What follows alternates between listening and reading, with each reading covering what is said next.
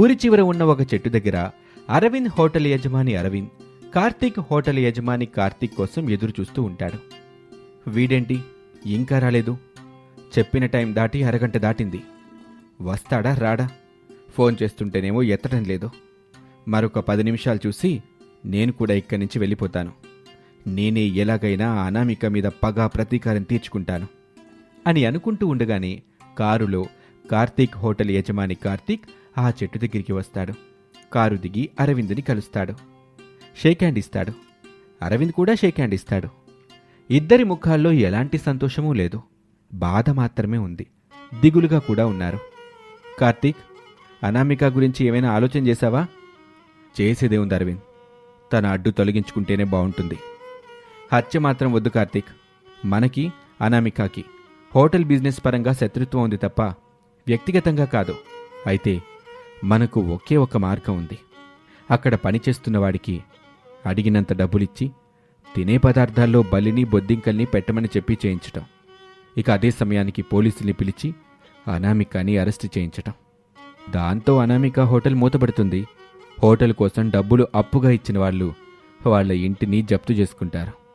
అప్పుడు ఆ అనామిక మనం అనుకున్నట్టే రోడ్డున పడుతుంది అని చెప్పగానే అరవింద్ ముఖం సంతోషంతో విచ్చుకుంటుంది. ఇది బాగుంది కార్తీక్, ఇలాగే చేద్దాం. అలాగే అరవింద్, ఇది మన మధ్యనే ఉండాలి. మూడో కంటికి కూడా కనబడకూడదు. అంతేకాదు, మూడో చెవికి వినపడకూడదు. అదే సమయంలో ఆ ఊరి మెయిన్ రోడ్ మీద వరుసగా Aravind hotel, Karthik hotel, Anamika hotel అనే పేర్లతో 3 హోటల్స్ ఉంటాయి. అరవింద్ హోటల్, కార్తీక్ హోటల్ ఈ 2 కస్టమర్స్ లేక వెలవెలబోతూ ఉంటే అనామిక హోటల్ మాత్రం తినేవాళ్లతో కలకలాడుతూ ఉంటుంది.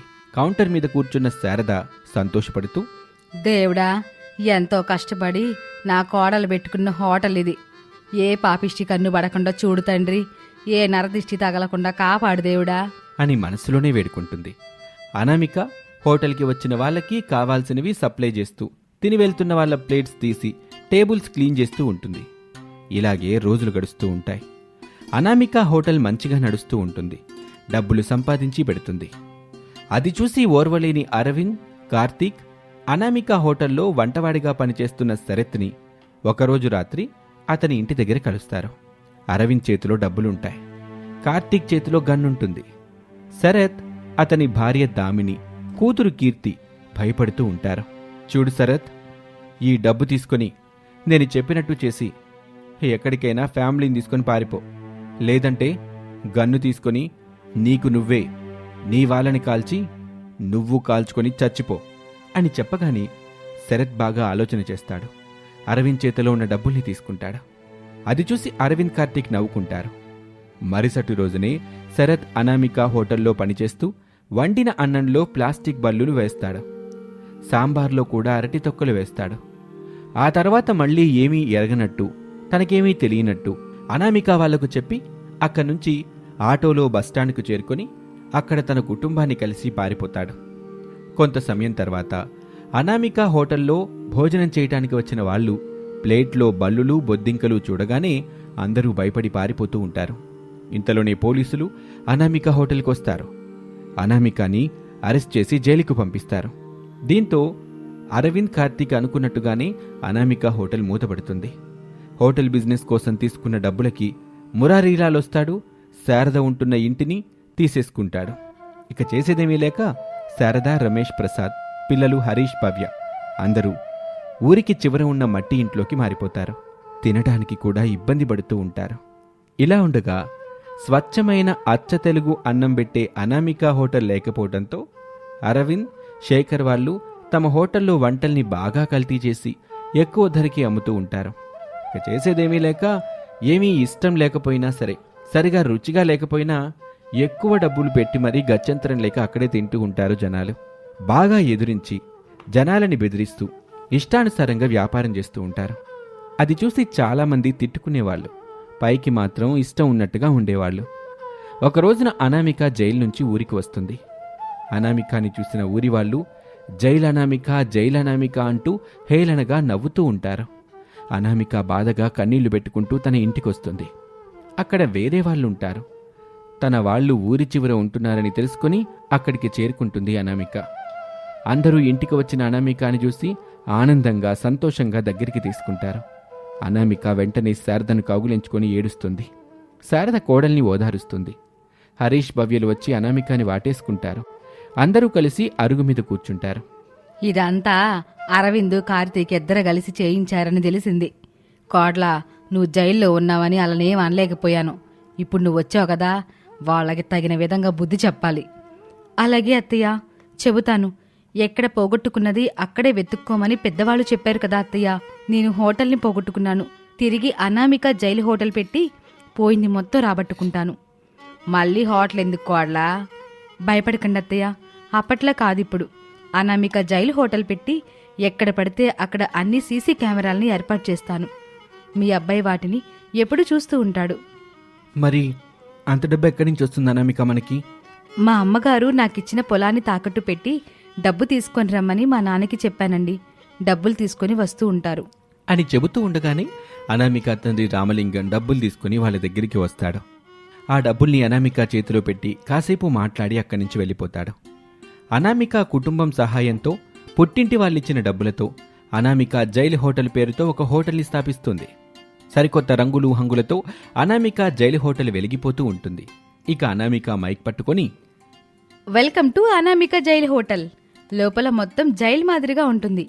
టేబుల్కి ఒక లాకప్ ఉంటుంది. అన్ని రకాల టీవీలతో పాటు కాఫీలు, టిఫిన్లు, బిర్యానీలు అన్నీ ఉంటాయి. రుచిగా వెరైటీగా ఉంటాయి. తక్కువ ధరలో ఉంటాయి అని చెప్పడంతో చాలామందికి కొత్తగా ఈ జైలు హోటల్ ఏంటా అని ఒకసారి చూసొద్దామన్న ఫీలింగ్ కలుగుతుంది. అనామిక జైలు హోటల్కి అందరూ వస్తూ ఉంటారు. ఇక లోపల జైల్ మోడల్గా ఉన్న పరిసరాలని చూసి థ్రిల్ ఫీల్ అవుతూ హ్యాపీగా ఎంజాయ్ చేస్తారు. అలా అనామిక జైలు నుంచి తిరిగొచ్చి తాను ఎంతో క్రియేటివ్గా ఆలోచించి మొదలుపెట్టిన అనామిక జైలు హోటల్ విజయవంతంగా నడుస్తూ మళ్ళీ అనామిక కుటుంబానికి పూర్వ వైభవం తీసుకొస్తుంది. అందరూ కొత్త ఇంట్లో సంతోషంగా జీవిస్తూ ఉంటారు. ఇది వాల్టి కథ. మరొక కథలో మళ్ళీ కలుద్దాం. నమస్తే. ఇంటి ముందున్న లాన్లో శారదా ప్రసాద్ ఇద్దరూ గొడవ పడుతూ ఉంటారు. వాళ్ళ గొడవ చూడలేక రమేష్ లాన్లో ఉన్న వాటర్ పైపుని నెత్తిన పెట్టుకుని ఉంటాడు. రమేష్ నెత్తి నుంచి పొగలు బయటకొస్తూ ఉంటాయి. శారదా ప్రసాద్లు గొడవ పడుతూనే ఉంటారు. ప్రసాద్ కోపంగా, ఇంకా చాలు శారదా, ఇంటి యజమాని నేను చెప్పింది నువ్వు వినాలి. నా స్నేహితుడు కూతురు అనామికనే మన అబ్బాయి రమేష్కిచ్చి పెళ్లి చేయాలి. అనామికనే ఈ ఇంటి కోళ్ళు అని అనగానే శారద కూడా అంతే కోపంగా ఇలా అంటుంది. మీకే కాదు, నాకు కోపం వస్తుంది. నేను మీకంటే గట్టిగా అరవగలను. మీ నోరు కంటే నా నోరు చాలా పెద్దది. మర్చిపోయారా? మర్చిపోవాలనుకున్నా మర్చిపోయే నోరా నీది కాదు, పెద్ద కప్ప. దానికి భయపడే కదా నేను ఇంతవరకు ఏమీ మాట్లాడలేదు. ఇప్పుడు కూడా మాట్లాడకుండా ఉంటే నా స్నేహితుడికి ఇచ్చిన మాట పోతుంది. నేను అప్పుడు తగ్గలేదు, ఇప్పుడు కూడా తగ్గను. తగ్గితే నేను నా స్నేహితురాలకి ఇచ్చిన మాట పోతుంది. నేను కూడా తగ్గను. నా స్నేహితురాలి కూతురే మన ఇంటికి కోడలో. నేను ఫిక్స్ అయ్యాను, మీరు కూడా ఫిక్స్ అవ్వండి అని చెప్పగానే ప్రసాద్ తగ్గి ప్రేమగా ప్రతిమాలింపుగా ఇలా అంటాడు. చూడు శారదా, మన పెళ్ళైనప్పటి నుంచి నేను నిన్ను ఎప్పుడూ ఏది కోరలేదు. ఈ ఒక్క కోరిక మాత్రం కాదని మాకు అని అనగానే శారద కూడా కొంచెం కోపం తగ్గించుకుంటుంది. ప్రసాద్ని చూస్తూ ఇలా అంటుంది. నేను కూడా అదే చెబుతున్నానండి. ఇప్పటి వరకు నేను ఏ విషయంలో తగ్గిందే లేదు. ఈ విషయంలో కూడా తగ్గకూడదని అనుకుంటున్నాను. అయ్యో శారద, సత్యమూర్తి మన కుటుంబానికి ఎంతో మేలు చేశాడు. ఆ విషయం నీకు కూడా తెలుసు కదా అని మాట్లాడుకుంటూ ఉంటుంటే తనకు మాత్రం ఏ సంబంధం లేదని రమేష్ నీళ్ల పైపు నెత్తిన పెట్టుకుని ఉంటాడు. కొడుకు పరిస్థితిని పట్టించుకోకుండా శారదా ప్రసాద్ ఇద్దరూ వాదన చేసుకుంటూనే ఉంటారు. తెలుసండి, అందుకే కదా తన కూతురికి కావాలంటే డబ్బులు ఇవ్వండి, ఇంకా కావాలంటే ఒక సంబంధం చూసి గ్రాండ్గా పెళ్లి చెయ్యండి. ఖర్చు మొత్తం మనమే పెట్టుకుందాం. అయ్యో శారద, నేనాడికి మాటిచ్చింది మంచి సంబంధం చూసి పెళ్లి చేస్తానని కాదు, మన రమేష్కిచ్చి చేస్తానని, మన ఇంటి కోడలుగా చేసుకుంటానని అని మళ్ళీ వాదన చేసుకుంటూ ఉంటారు. రమేష్ నెత్తిన వాటర్ పైప్ పెట్టుకొని వాళ్ళ దగ్గరికి వస్తాడు. వాళ్ళిద్దరినీ చూసి, మామ్, డాడ్, అప్పటి నుంచి ఈ నీళ్ల పైపు నెత్తిన పెట్టుకుంటే ఇప్పటికీ నా బుర్ర చల్లారింది. నాకు ఒక ఆలోచన వచ్చింది. అలా చేద్దాం. అప్పుడు మీలో మీకు ఈ గొడవలుండవు. ఏమంటారు? నేను ఒప్పుకుంటున్నాను బాబు. నేను కూడా ఒప్పుకుంటున్నాను బాబు అని చెప్పగానే రమేష్ తన చేతిలో ఉన్న వాటర్ పైపుని పక్కన పడేస్తాడు. తన తల్లిదండ్రుల్ని చూస్తూ, నాన్న, నువ్వు నీ స్నేహితుడి కూతుర్ని తీసుకురా. మమ్మీ, నువ్వు నీ ఫ్రెండ్ కూతుర్ని కూడా తీసుకురా. ఇద్దరిని చూస్తాను. ఎవరు నచ్చితే వాళ్ళని పెళ్లి చేసుకుంటాను. ఇది మీకు ఇష్టమే కదా అని చెప్పగానే శారదా ప్రసాద్ ఇద్దరూ మాట్లాడుకొని ఒక రోజున ప్రసాద్ శారద ఇద్దరూ వాళ్ళ స్నేహితుల కూతుర్లని, ప్రసాద్ అనామికని, శారద వెన్నెలని ఇంటికి తీసుకుని వస్తారు. సోఫాలో కూర్చోబెడతారు. అనామికాని చూస్తాడు. స్వచ్ఛమైన మల్లె పువ్వులా, బురదలో పూసిన తామర పువ్వులా ఉంటుంది అనామిక. రమేష్ని చూస్తూ సిగ్గుపడుతూ ఉంటుంది. రమేష్కి అనామిక నచ్చుతుంది. వెన్నెల్ని కూడా చూస్తాడు రమేష్. చింపిరి జుట్టేసుకొని మోడ్రన్ డ్రెస్లో ఉంటుంది. కానీ చలాకీగా నవ్వుతుంది. ఆ నవ్వు అంతగా నచ్చదు. కాసేపటికి, అమ్మా, నేను మనసారా చెప్తున్నాను, నాకు అనామిక నచ్చింది. నేను అనామికానే పెళ్లి చేసుకుంటాను. నాకు వెన్నెలొద్దు. సారీ వెన్నెలా అని చెప్పగానే ప్రసాద్ సంతోషపడతాడు. శారద బాధగా ముఖం పెడుతుంది. వెన్నెల మాత్రం లైట్ తీసుకుంటుంది. No problem Ramesh, best of luck అని చెప్పి వెళ్ళిపోతుంది. ఇక మంచి రోజు చూసి అనామిక రమేష్లకి ఒక గుళ్ళో పెళ్లి చేస్తారు. అనామిక కోడలిగా ఆ ఇంట్లో తిరుగుతూ అన్ని పనులు చేస్తూ ఉంటే శారదకేమో ఒళ్ళు మండిపోతూ ఉంటుంది. కసాయితనం చూపించటం మొదలు పెడుతుంది. టీ ఇస్తే అది రుచిగా లేదని, వేడిగా ఉందని మర్చిపోయి కోపంగా కోడలి ముఖం మీదకు విసిరేది. రమేష్ రాగానే, అయ్యో కోడ్లా, చూసుకోవాలి కదా, ఇలా చేతులు జార్చుకుంటే బాగుండదు. పద, ముఖానికి ఏమైనా రాస్తాను అని చెప్పి అనామికాని గట్టిగా చెయ్యి నొక్కిపట్టి గబగబా కిచెన్లోకి లాక్కొని వెళ్తూ ఉంటుంది. అనామికకేమో నొప్పిగా ఉంటుంది. కన్నీళ్లు పెట్టుకుంటుంది. ఒకరోజున శారద ఒంటరిగా భోజనం తింటూ వంట బాగాలేదని అనామికాని కూర్చోబెట్టి అన్ని రకాల కూరలు వేసి తనని తినమని ఇబ్బంది పెట్టేది. కారమవుతున్నా, మంటొస్తున్నా, ఇష్టం లేకపోయినా కన్నీళ్లు పెట్టుకుంటూ అనామిక తింటూ ఉంటుంది. రమేష్ రాగానే, నెమ్మదిగా తినుకోడలా, ఇంట్లో పని ఇప్పుడే ఉండేవే కదా అని నీళ్లు తాగిస్తూ ఉంటుంది. అది చూసిన రమేష్ సంతోషపడుతూ ఉంటాడు. తన బెడ్రూంలోకి వెళ్ళిపోతాడు. ఇలాగే రోజులు గడుస్తూ ఉంటాయి. శారద తనలోని కసాయితనాన్ని ఎప్పటికప్పుడు ప్రదర్శిస్తూ ఉంటుంది. కన్నీళ్లు పెట్టుకుంటూ అనామిక బాధపడుతూనే ఉంటుంది. బెడ్రూంలో భర్త ఉన్నప్పుడు నవ్వుతూ ఉంటుంది అనామిక. ఒకరోజున పార్క్లో కూర్చొని శారద కోడలు అనామికాని ఎలా టార్చర్ పెట్టాలా అని ఆలోచన చేస్తూ ఉంటుంది. కొంచెం దూరంలో రోడ్డు మీద పడి ఉన్న వుడ్ కట్టర్ కనిపిస్తుంది. వెంటనే శారదకి ఒక ఆలోచన వస్తుంది. ఒక రాకాసి నవ్వు నవ్వుతూ ఆ వుడ్ కట్టర్ని తీసుకుని ఇంటికొస్తుంది. ఇంట్లో ఎవ్వరూ ఉండరు. దాంతో కట్టర్ని ఆన్ చేసి అనామిక తలని గట్టిగా పట్టుకొని బెదిరిస్తూ ఉంటుంది. చూడవే, నువ్వు ఇంట్లో నుంచి వెళ్ళిపోయే వరకు నీకిలాంటి బాధలు తప్పవు. నాలోని కసాయితనాన్ని తట్టి లేపుతున్నావు. వెళ్ళిపోవే, లేదంటే చచ్చిపోతావు. అనామిక బాధపడుతూ ఉంటుంది. బ్రతిమాలుతూ అత్తగారితో ఇలా అంటుంది. సరే అత్తయ్య, నేను ఇంట్లో నుంచి వెళ్ళిపోతాను. నన్ను వదిలిపెట్టండి. నేనిప్పుడు గర్భవతిని. నన్ను చంపకండి.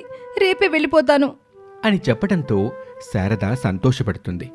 మరుసటి రోజున అనామిక కోసం చూస్తూ ఉంటే శారద కాలు జారి మెట్ల మీద నుంచి కింద పడిపోతుంది. రమేష్, ప్రసాద్ కంగారు పడుతూ డాక్టర్ని పిలుస్తారు.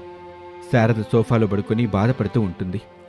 అబ్బా, నొప్పి నాయనో, నేను బాధను భరించలేను అని మొత్తుకుంటూ ఉంటుంది.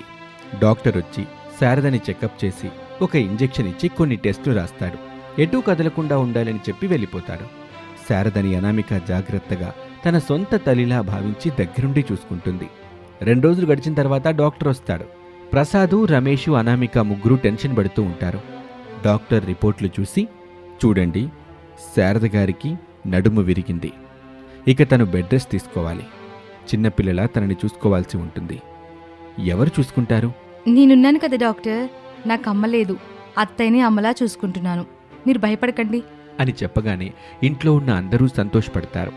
రోజులు గడుస్తున్న కొద్దీ అనామిక ఎంతో ఓపికతో బెడ్ మీద పడుకున్న శారదకు సపర్యలు చేస్తూ ఉంటుంది. కానీ శారద మాత్రం ఎప్పుడూ అనామికాని కోపంగా చూస్తూనే ఉంటుంది. తనలోని కసాయితనం ఎప్పటికి తగ్గుతుందో వేచి చూడాలి. ఇది వాల్టి కథ. మరొక కథలో మళ్ళీ కలుద్దాం. నమస్తే.